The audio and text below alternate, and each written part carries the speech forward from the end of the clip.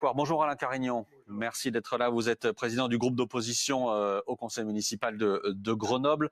Vous avez été également maire de Grenoble. Je salue également Yannick Bianchieri qui est avec nous, secrétaire départemental du syndicat Alliance Police Nationale pour l'Isère. Alain Carignon, est-ce que la situation est hors de contrôle à Grenoble aujourd'hui? Est-ce que vous diriez ça comme ça? Oui, il y a une insécurité endémique contre laquelle, évidemment, police et justice tentent de lutter, mais il manque le troisième pied de ce trépied, c'est la municipalité. Parce qu'effectivement, comme vous venez de le rappeler, Éric Piolle théorise son immobilisme et refuse, lui, de prendre sa part au travail commun. Parce que c'est une coproduction, la lutte contre la délinquance. Il faut que tous les partenaires s'y mettent ensemble. Et il y en a un qui ne fonctionne pas. Sauf que ceux qui sont chargés d'aller, mais arrêter, courir après les trafiquants de drogue, c'est les policiers ou les gendarmes qui dépendent de l'État. Procureur d'introduire dans les revenus des dealers les produits de la drogue. Ouais, on va revenir là-dessus. Et pourquoi le maire de Grenoble ne fait-il pas la même chose avec ceux qui reçoivent cet argent et qui vivent dans les HLM pour montrer qu'ils dépassent les plafonds et qu'on peut les expulser? Pourquoi, par exemple, quand un dealer est condamné, n'est-il pas expulsé de son logement? Je veux dire, il faut que la municipalité prenne sa part. Pourquoi la police municipale n'est pas armée? Imaginez un Far West dans lequel il y a une bande qui n'a pas d'armes. Nous, c'est la police municipale qui n'est pas. Donc, évidemment, on comprend qu'elle ne puisse pas sortir. Donc, vous voyez, il y a quand même, au plan local, il y a trois forces qui doivent conjuguer leurs efforts pour lutter contre cette délinquance endémique. Yannick Bianchieri, vous avez le sentiment d'être désarmé, vous, face à ce qui est en train de se passer? Parce qu'encore une fois, il y a des chiffres qui sont donnés. On explique que les points de deal diminuent, qu'il y a des efforts qui sont faits, que c'est précisément parce qu'on s'attaque aux dealers que ça bouge et que derrière, il y a des fusillades. Est-ce que vous avez le sentiment d'être désarmé? Désormais, non, mais c'est vrai qu'on est en manque de moyens, on est en manque de moyens humains notamment. Il nous faut des effectifs déjà pour occuper le terrain, parce que c'est bien beau de faire des actions. Mes collègues enquêteurs font un travail remarquable, malgré la crise qu'ils subissent, parce que les services d'enquête voilà, sont en manque d'effectifs, sont en manque de moyens, n'ont pas forcément les outils qu'il faudrait pour interpeller et travailler sereinement. Après, on a aussi, comme M. Carignon le disait, on a une police municipale.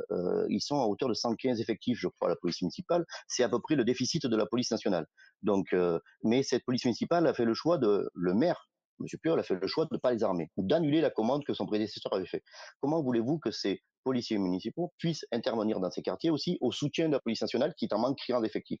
Donc, il y a ça. Il y a le manque d'effectifs aussi, mais il y a le manque de moyens mis à la justice. C'est un ensemble de choses qui est fait. Et c'est vrai, je souscris, c'est que grâce aux services d'enquête qui arrivent à présenter des individus à la justice et que ces individus soient incarcérés, et bien après, derrière, on a des guerres de territoire parce que généralement, on laisse pas des lieux de deal libres. C'est tellement lucratif. Je vous rappelle qu'en 2023, il y avait à peu près 2,7 milliards.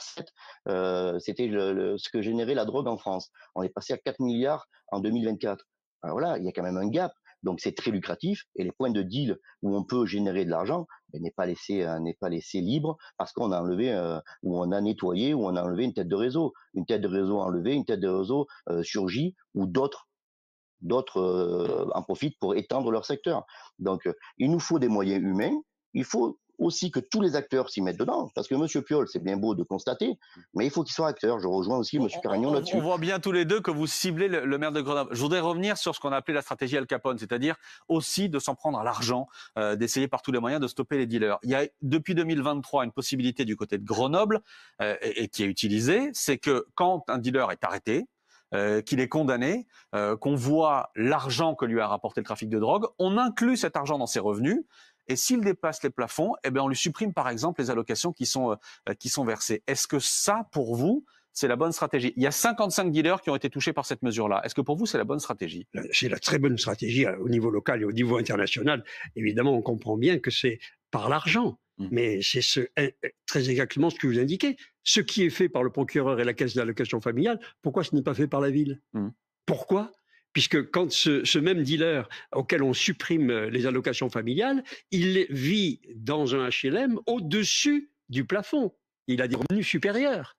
La ville reste immobile, n'intervient pas. Il ne s'agit pas de cibler le maire. Le maire assume de ne pas faire de politique, de ne pas accompagner la politique d'insécurité. Il assume, politiquement parlant, puisque c'est sa doctrine, c'est son idéologie, il n'y a pas de ciblage, c'est malheureux, mais c'est ainsi. Et donc, nous lui disons, au conseil municipal, nous le disons partout, cette doctrine que vous appliquez, elle est inefficace, elle produit, car la question qui se pose pour les Grenoblois, c'est pas de savoir si une balle perdue va être prise par un Grenoblois, mais quand une femme et un enfant de Grenoble va-t-il être touché par une balle perdue? C'est ça. Vous imaginez comment vivre dans ces conditions?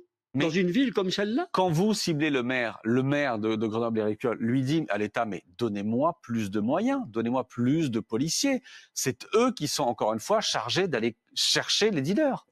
Pardon, mais les forces en présence, la force de l'argent notamment, le procureur le rappelait, un point de deal, parfois c'est un chiffre d'affaires de 35 000 € par jour, un point de deal. Il faut des forces de l'ordre considérables, et c'est ce que réclame le maire de Grenoble, pour s'attaquer à ça. Il faut que chacun assume ses responsabilités et cesser de parler de celles des autres. Assumez d'abord les vôtres. D'abord, votre police municipale est très faible en effectif.